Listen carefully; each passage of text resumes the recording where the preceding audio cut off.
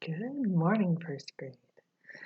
Well, it is our last week of school, and we have a couple things to do, but lots of wrapping up and finishing up things and preparing ourselves for summer. So I hope you enjoyed that story of Chatterer the Squirrel and his adventure with Shadow the Weasel and Redtail. And then at the end, he ran into a friend and they had a chat. So I hope that you have had a chance to talk about that with your parents. They have a couple questions for me to ask you.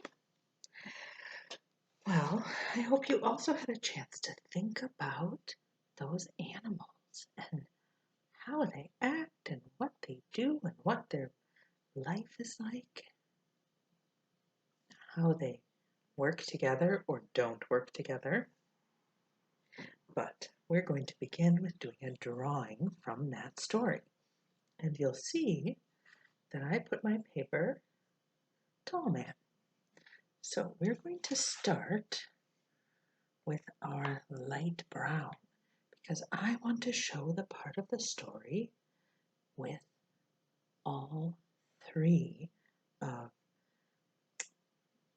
the characters and kind of one of the biggest switchovers in the story because who was chasing Chatterer at the beginning of the story? Shadow the Weasel. But when he passes Redtail the Hawk, did you catch that instead of being the chaser, Shadow becomes the chased? So that happens while they're running up the tree. So we're going to put our tree trunk down the center.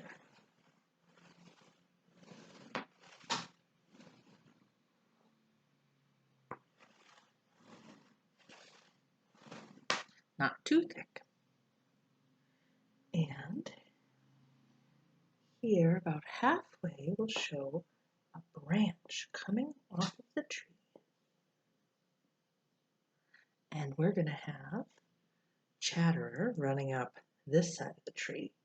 And we'll have Redtail the Hawk sitting here and Shadow coming up below so that you can see the moment just after Chatterer pulls Redtail's feathers. So we'll begin with, let's see, again, let's begin with our golden crayon, because thinking about Chatterer, I'd like to make him kind of a brown-gray.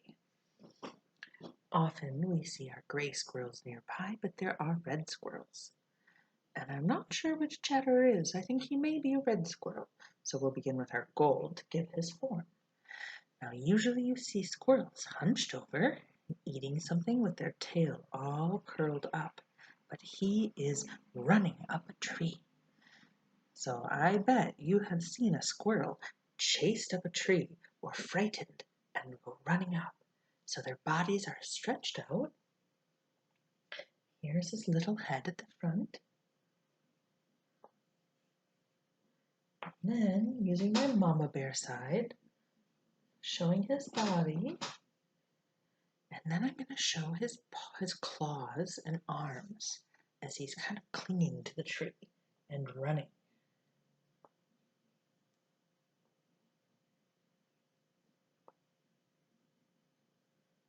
And then I do want to show his tail, and we'll give it a little bit of a curve.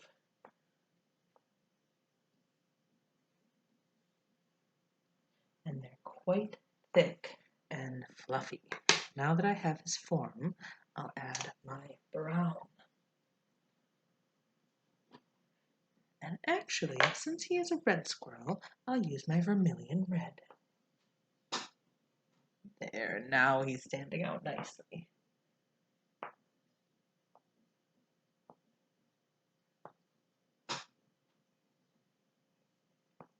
Here's his nice fluffy tail,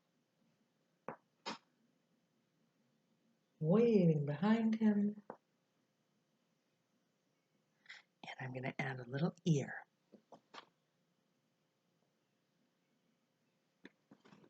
So there, I'm going to show his little claws too. There's my Cheddar running up the tree. Now I'd like to show Old Redtail. And I'm going to use light brown for Redtail. If you recall our friend who lives at school, the red-tailed hawk, who likes to fly over the playgrounds or sit and watch, he has a fairly dark colored feathers and some white on his chest and some speckly brown and then a bit of red on his tail. So we'll use our light brown to give him his form, and make sure you leave his white chest a fairly pale brown. So we'll give a bit of an oval shape for his body.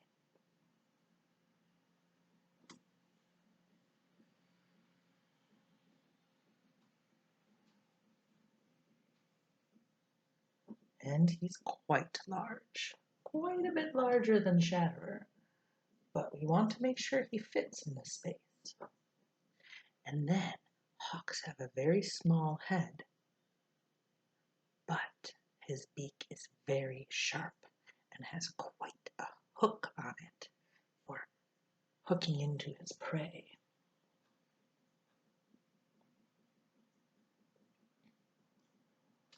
Now that I have his head, I'll join it gently to his body.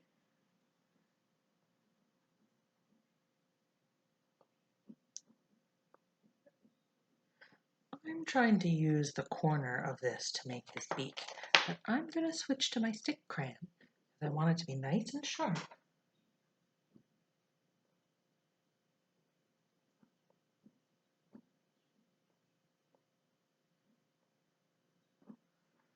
So there is his nice sharp beak, and I'll give him an eye. And then I'll show his legs, and they are thin at the bottom with the big talons. And it almost looks sometimes like hawks are wearing some fluffy pants because their feathers come down.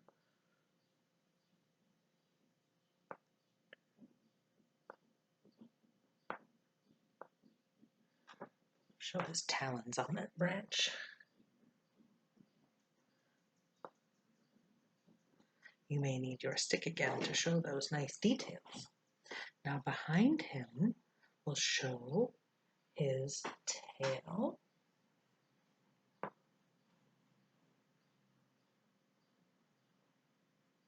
And once I have the form of it, then I'll add my red. But I also want to add his wings. And you're just going to emphasize his shoulder and his wings sweep back a bit over his tail, like that. And I'll take my vermilion now and give him his red.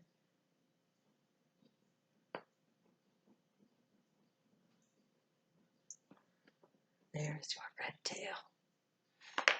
And I would suggest you take some time now to take your brown stick or your darker brown block crayon and give him some light speckles. You may even want to use your golden or pink to show his lighter colored chest. But if you give some dark speckles over, that might help to show those speckles on his chest and to go over some of his details, his feathers, or the shape of his head, so you can see some of the patterns on his feathers and wings. And you know I always say, more layering adds depth. But I'm going to leave my red tail there If you'd like, you could add just a bit of orange to his legs, although they have fairly dark talons, I believe. Now, lastly, we'll show Shadow the Weasel. And you can either show Shadow here, right below Redtail, or right behind Chatterer. I have the same amount of space on either side, so you may choose which side you'd like to show him. And again, I'm going to take my very light brown, actually my golden. That worked well with Chatterer. And weasels are a light brown color, lightish or darkish, and they have kind of a white belly that goes from their chin all the way to their tail. So I'll try and show his belly lighter. I may not quite manage to make it white, but they have rather a small head. And then they have a long, thin body. Remember, any place that Chatterer could get into and squeeze into, Shadow could as well. So his body is about the same slenderness of Chatterer, but it is longer, almost like a ferret, if you've seen a ferret. They're in the same family.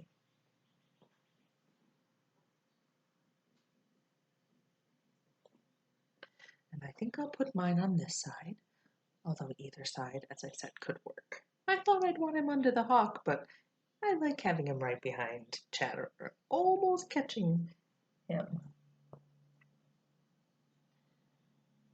And getting the form of his front legs, and then his back legs. And they have a tail that's slender and a little bit tapered, so not quite fluffy like a squirrel tail, more like a slender cat tail, but short.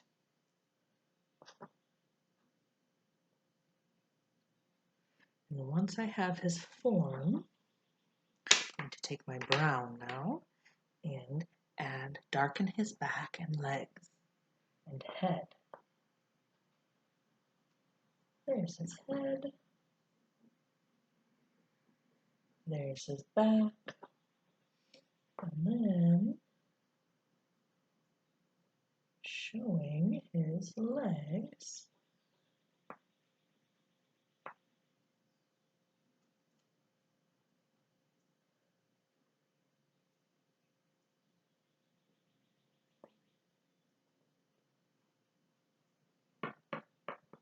It's a bit difficult to leave his belly white. And when you see the photograph, you'll see as best I could, I put just a tiny bit of brown here along the edge of his belly on the outside of the white part, and trying to leave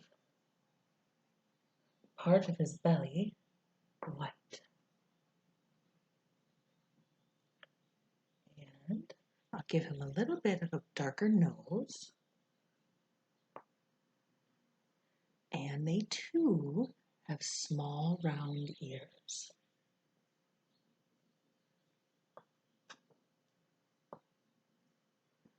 There we go. Now, to make his head, they have rather short legs, just like Chatterer. So I'm going to need to make my tree wider to make him standing on the tree. That's the magic of drawing. Now I have my three creatures. And to finish our drawing, you may add a blue or golden sky background or some leaves around the edges to show that they are up in a tree. And these adventures are happening up in the sky. Can you imagine? Let's show a few extra branches down here.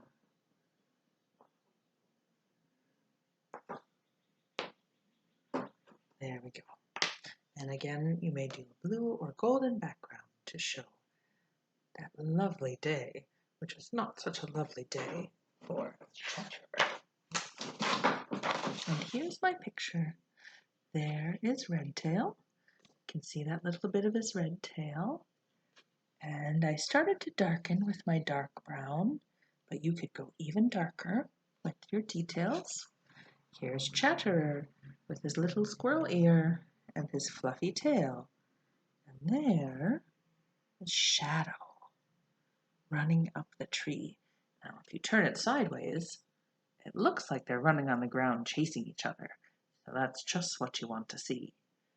But there's our friend Shadow sitting on the branch. Just got his tail tugged and about to turn his sharp eyes around.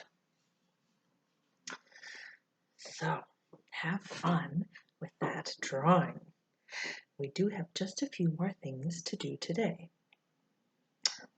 We have today to put the rest of our memory words into the back of your morning lesson book. So all the ones that we still have out practicing, it's time to put them in your book.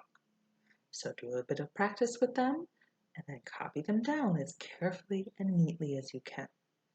There were a good amount left, so take a break if your fingers get tired or if your brain gets tired. And I want to show you something. These are our memory words. Look at that big stack. Those are all the words that we have learned in these last few months that we have put into our memory and that will help us to read. And we have a few more to learn next year until we have all of those important words that we need to have in our memory that you will see so often while you're reading.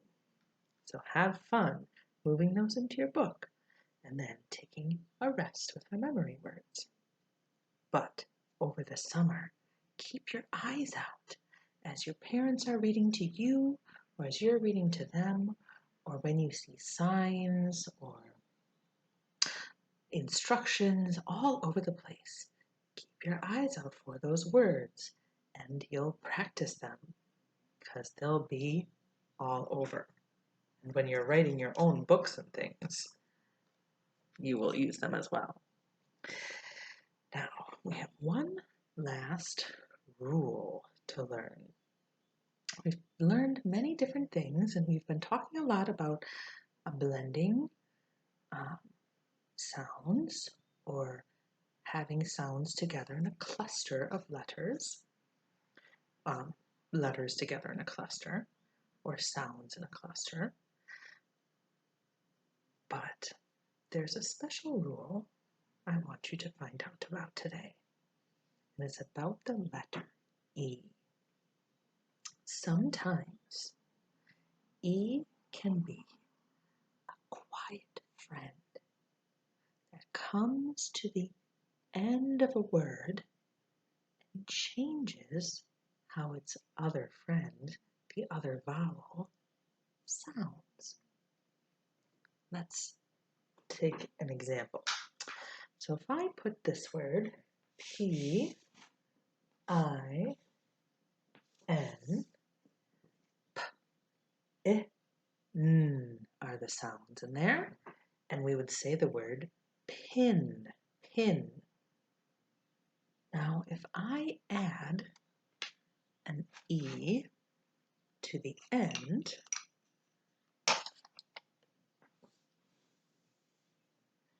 the I doesn't just stay a short little I anymore. This E helps it say its own name. So it's P, I, N. Now it says pine, pine, like I see a pine tree, or I'm pine for my true love. It works for many different words. If I put M, A, T, we would read that mat, mat. But then, if we put that magic E at the end, that A now wants to say A. mate. This is how you write mate. Like if you have a sock and you're looking for its mate. How about one more example? If we have a D, I, M, we would say D-M, dim. Like when it's dark out, the lights are quite dim. But then we add that little magic E. And I bet you've noticed now, the I says its name. So what's the new word? Dime. Dime.